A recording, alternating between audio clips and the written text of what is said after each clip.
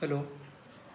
So, from the Kahlil Gibran video, which was based on marriage and love from his book The Prophet, we have received a couple of questions. The first one comes in from Yash, who has asked, has marriage been considered as sacred by Gibran when he says, you were born together and together you shall be evermore? Is this not a dangerous teaching to consider marriage as sacred when we see that there are a lot of divorces or many differences that happen in today's marriages? That's a very considerate question that you asked, Yash.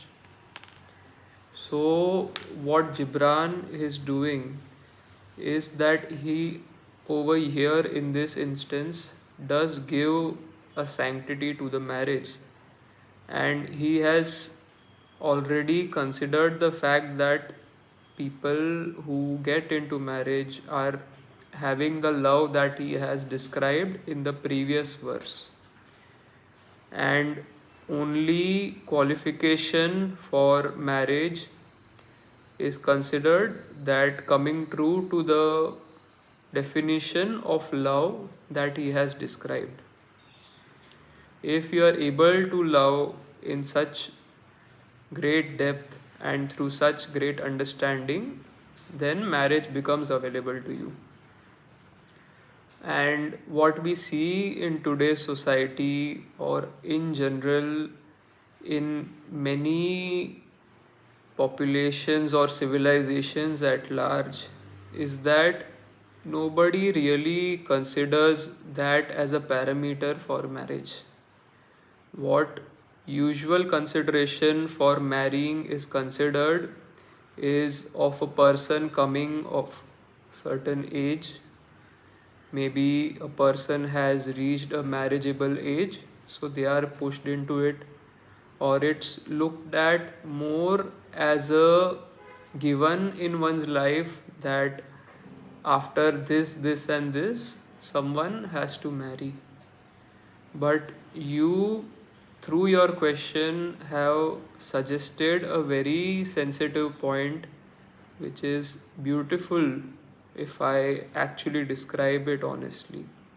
That it is not necessary for everyone to get into marriage, nor one should get into marriage through an unconscious state of mind, because most of the happenstances of people getting into marriage is through that, maybe through societal pressure, or through some or the other peer pressure, is how people consider or come across marriage, or they consider it just as a way of not being lonely, and the alternative is marriage. So, just as any other thing in your life, choosing a life partner, marriage is in a way a commitment towards choosing someone who you are going to be spending a lot of time in your life, maybe your entire life. So, it's not a small thing, but it has been taken lightly, or even if not lightly, looked at through the wrong lenses. A person just having the adequate resources, wealth, does not mean that they would be a great life partner necessarily. It takes more than that. There are things like compatibility, which is still a surface level adjective if you ask me, but when you go deeper into it, you see the workings of your partner. Is it really helping you to become a better person, to grow, go towards your goals? Or do you see marriage as something that restricts you? Is it stopping you from your academic pursuits? Is it stopping you from your career pursuits? Is it not an impediment to you?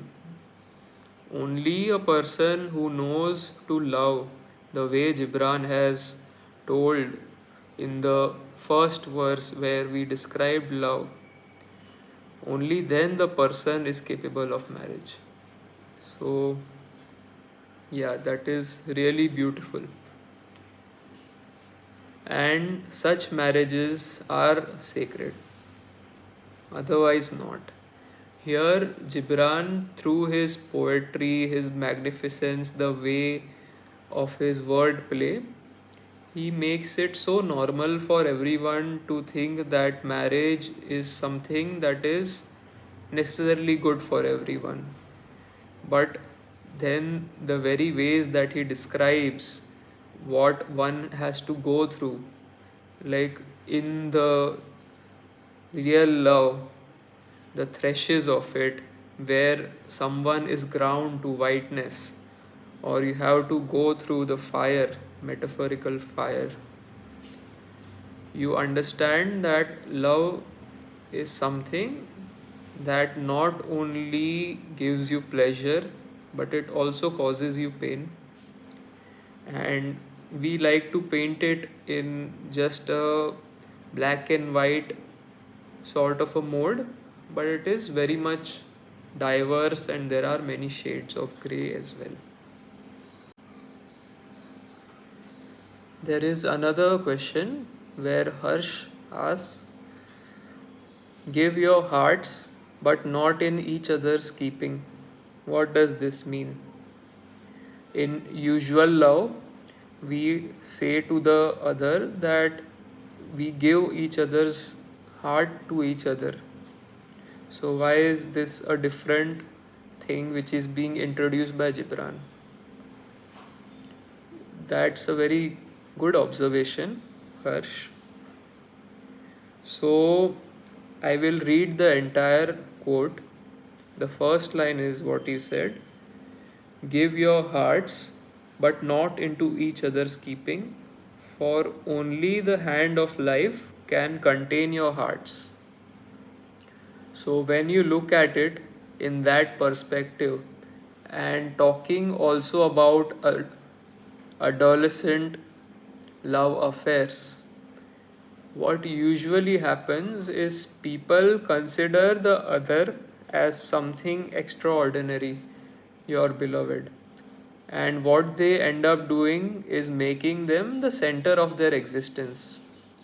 And herein lies the folly that the other person, also being human, also experiencing life, or also not knowing many things, just as you do not know, they too commit mistakes. And being a center of life, if you have revolved everything that you have around the particular person, then you will be really in a bad shape wanting for answers, and and you do not want to do that. It is not only bad for you, but it is unfair to the other person as well. So that's why Gibran says in the very next statement that for only the hand of life can contain your hearts.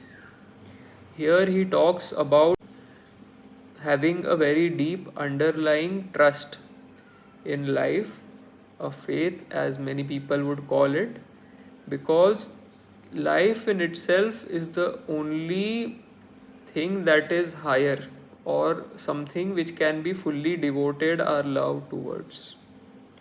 Any other thing is a play of Maya, in a way, a distraction where you think you will get a lot from it, and considering that you give your all in terms of disempowering your mind, your heart, and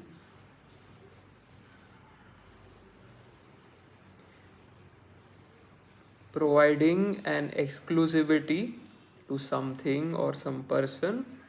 But what you end up doing is becoming excluded from the processes of life. And the processes of life are what keep you going, what teach you, and what you are going through right now is also a smaller part of the processes of life. And this is what has to be remembered when you go through any experience, to keep that awareness with you, that it is in the ebbs and flows of life where you discover something of value. Just like when one tries to hold water in their hand, it eventually seeps through.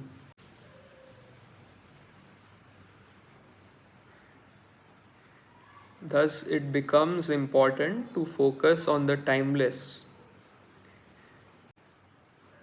which is a dependence only on the flow of life that you know for sure will keep happening. And what freedom that gives you is your response to it. So I hope that answers it. Thanks.